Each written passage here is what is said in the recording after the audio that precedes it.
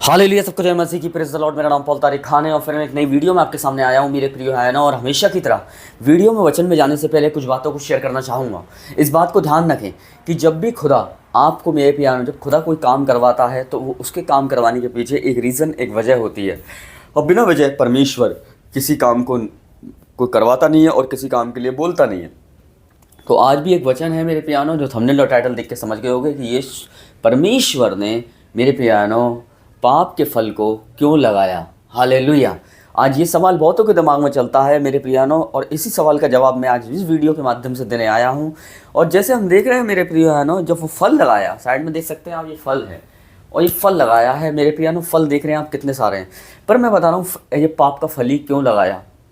क्यों लगाया? जब परमेश्वर तो अंतर्यामी, और परमेश्वर को मालूम था कि ये आदम ऐसा करेगा, फिर भी परमेश्वर ने उसे क्यों लगाया। तो आइए मेरे प्रियानो, एक वचन को मैं आपके साथ आपके स्क्रीन पे लगाना चाहूँगा। उत्पत्ति अगर पढ़ते हैं हम, अगर उत्पत्ति 3 अध्याय उसका 5वां वचन, परमेश्वर तो जानता है जिस दिन तुम उसे खाओगे तुम्हारी आंखें खुल जाएंगी और तुम भले और बुरे का ज्ञान पाकर परमेश्वर के समान हो जाओगे। परमेश्वर तो जानता है जिस दिन तुम उसे खाओगे उस दिन तुम क्या हो जाओगे, भले और बुरे का ज्ञान पाकर तुम्हारी आंखें खुल जाएंगी और तुम परमेश्वर के तुल्य हो जाओगे। ये कौन कह रहा है? शैतान कह रहा है। परमेश्वर तो जानता है, शैतान कह रहा है परमेश्वर तो जानता है। तो परमेश्वर ये भी जानता है कि ये पाप का फल है और ये फल लगाया ही क्यों है। पर मैं आपको बताना चाहता हूँ कि परमेश्वर ने उस पाप के फल को, भरे बुरे ज्ञान के फल को इसलिए नहीं लगाया था।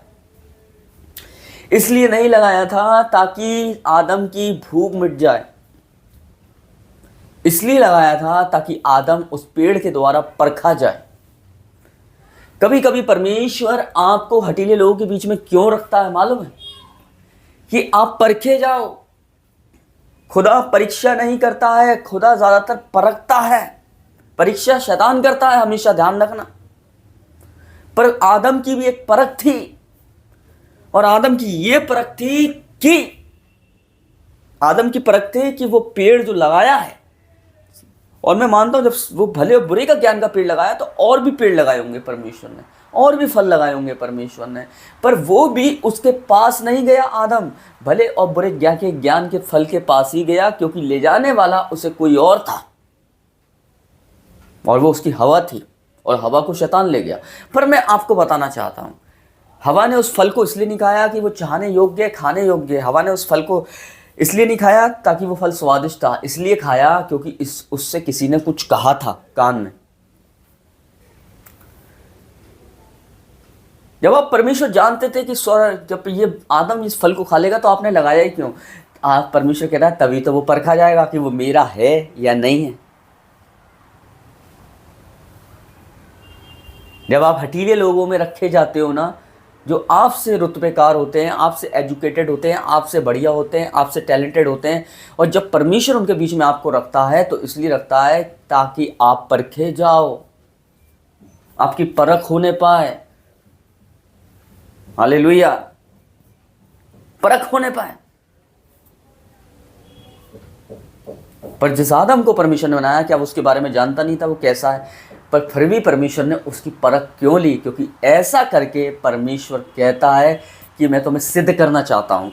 पर मैं आपको बताना चाहता हूँ, हालेलुया, वो पेड़ जो लगाया, भले और बुरे के ज्ञान का पेड़ जो लगाया, तो परमेश्वर जानता था जो उसके अंदर बुराई और भलाई दोनों छुपी हुई है। उस पेड़ को बीच में लगाया, और इसलिए लगाया क्योंकि परमेश्वर को भी मालूम था कि शैतान इसके द्वारा आदम को बहकाने की कोशिश करेगा, इसके द्वारा हवा को बहकाने की कोशिश करेगा, जिसे 2025 साल बाद जिसे आने वाले यीशु मसीह के बारे में मालूम था कि मुझे एक पुत्र को भेजना है, जिसे एक एक नबी के बारे में मालूम था, जिसे सृष्टि के एक कण के बारे में मालूम है। तो मेरे प्रियानो, क्या उस भले और बुरे के ज्ञान के लिए नहीं मालूम होगा? कि उस पेड़ के बारे में मालूम नहीं होगा? उस शैतान के बारे में मालूम नहीं होगा कि वो शैतान आदम को बहका सकता है, हवा को बहका सकता है? क्या मालूम नहीं होगा परमेश्वर को? बिल्कुल मालूम होगा मेरे प्रियानो। इसलिए परमेश्वर ने सादा फल नहीं लगाया, सादा नहीं लगाया, सादा पेड़ नहीं लगाया, भलाई और बुरे का ज्ञान का फल लगाया। क्योंकि जब वो इसमें परखा जाए तो वो जीवन का फल पाए जो उसके बगल में लगा हुआ था। जब आप परखे जाते हो ना, तो परमेश्वर परखने के बाद आपको एक बड़ा मुकुट देता है। वैसे ही आदम को भी परखे जाने के बाद एक बड़ा मुकुट मिलने वाला था, और वो था अनंत जीवन का मुकुट। जो पहला आदम नहीं ले पाया पर दूसरा आदम ले गया, वो यीशु मसीह है मेरे प्रिय भाई बहनों, वो यीशु मसीह है।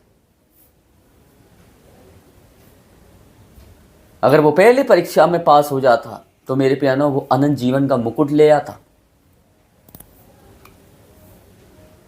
इसीलिए परमेश्वर ने जानबूझकर उस गार्डन में उस फल को लगाया, उस फल को लगाया। और इस फल के अंदर अच्छाई और बुराई थी, इस फल के अंदर स्वाद नहीं था, इस फल के अंदर कैल्शियम नहीं था, इस फल के अंदर विटामिन नहीं था, इस फल के अंदर प्रोटीन नहीं था, इस फल के अंदर पाप था जो आदम के अंदर चला गया, उसके ब्लड में चला गया और उसमें जाने के बाद उस पाप की वजह से उसका कनेक्शन दूर हो गया। पर मेरे प्रिय बहनों, इसीलिए परमेश्वर जानता था कि आदम परमेश्वर जानता था कि आदम खाएगा, परमेश्वर जानता था कि हवा भी खा लेगी, पर परमेश्वर ने मेरे प्रिय बहनों फिर भी उन्हें एक बार मौका दिया, आजमाया। क्या पता ये खाए नहीं, क्या पता ये चखे नहीं, क्या पता ये अपने परमेश्वर के उपकारों को याद करे, क्या पता परमेश्वर के पास ये लौट ही आए, क्या पता परमेश्वर की जो बातें परमेश्वर से कह के गया उन बातों पर ध्यान करे। इसलिए परमेश्वर ने उन्हें शैतान को क्या करा, शैतान को अपने काम को करने दिया। कभी कभी परमेश्वर शैतान को करने देता है अपने काम को। क्यों करने देता है? ताकि हम परखे जाएं। और आप भी हो सकते हो, आपके जीवन में भी परमेश्वर आपको कहीं ना कहीं परख रहा हो। और जानबूझकर परमेश्वर ने शैतान को, मेरे पियानो, जानबूझकर परमेश्वर ने आपको परखे जाने के लिए शैतान को काम करने का थोड़ा मौका दे दिया होगा। क्यों दे दिया होगा? क्योंकि आप परखे जाओ। और जब उस टेस्टिंग, जितनी बड़ी टेस्टिंग होगी उतनी बड़ी टेस्टमनी भी होगी। टेस्टिंग में से एक टेस्टमनी निकल के आती है, इस बात को ध्यान रखना। यहाँ आदम की एक टेस्टिंग थी जिसमें उसकी बड़ी टेस्टमनी निकल के आनी थी, पर वो अपनी टेस्टिंग में फेल हो गया और उस जीवन के मुकुट को तो नहीं पा पाया, पर शराब को उसने पा लिया था। पर जिस शराब को दूसरे आदम ने मिठाया, मेरे प्रिय भाई बहनों, इसलिए मैं आपको बताना चाहता हूँ, जानबूझकर परमेश्वर ने उस पेड़ को लगाया, क्योंकि परमेश्वर भी कहीं ना कहीं परखना चाहता था। जितना प्रेम मैं आदम से करता हूँ उतना प्रेम वो मुझसे करता है नहीं करता है।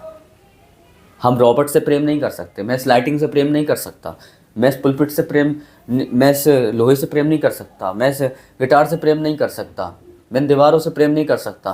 क्यों? क्योंकि इन प्रेम करने लायक है नहीं है। मैं किससे प्रेम कर सकता हूँ? जीवित और सांस लेने वाली चीज़ों से। वैसे ही परमेश्वर ने जीवित और सांस लेने वाली चीज़ों से प्रेम किया, और परमेश्वर भी चाहता है जैसे मैंने प्रेम किया, वैसे परफेक्ट वाला प्रेम, वैसे ये भी मेरे से प्रेम करें। पर हम रॉबर्ट से प्रेम नहीं कर सकते। दिन भर रॉबर्ट 1000 बार दिन में आई लव यू बोलेगा तो नहीं बोल पाएंगे हम। पर परमेश्वर, क्योंकि रॉबर्ट वाली फीलिंग नहीं आ पाए, क्योंकि इंसान वाली फीलिंग नहीं आएगी, क्योंकि वो रॉबर्ट है। पर परमेश्वर ने हमसे प्रेम किया, परफेक्ट रॉबर्ट से नहीं किया, जिंदा इंसान से किया। इसलिए वो पर आदम से भी प्रेम करता था, और आदम से यही चाहता था वो भी वही आदम और हवा परमेश्वर से परफेक्ट प्रेम करें। इसलिए परमेश्वर ने उस पेड़ को लगाया ताकि उसका प्रेम सिद्ध होने पाए। सबको जय मसीह की, प्रेज द लॉर्ड। फिर एक नेक्स्ट वीडियो में बहुत जल्दी मिलेंगे। खुदा आपको बरकत दे। जय मसीह की।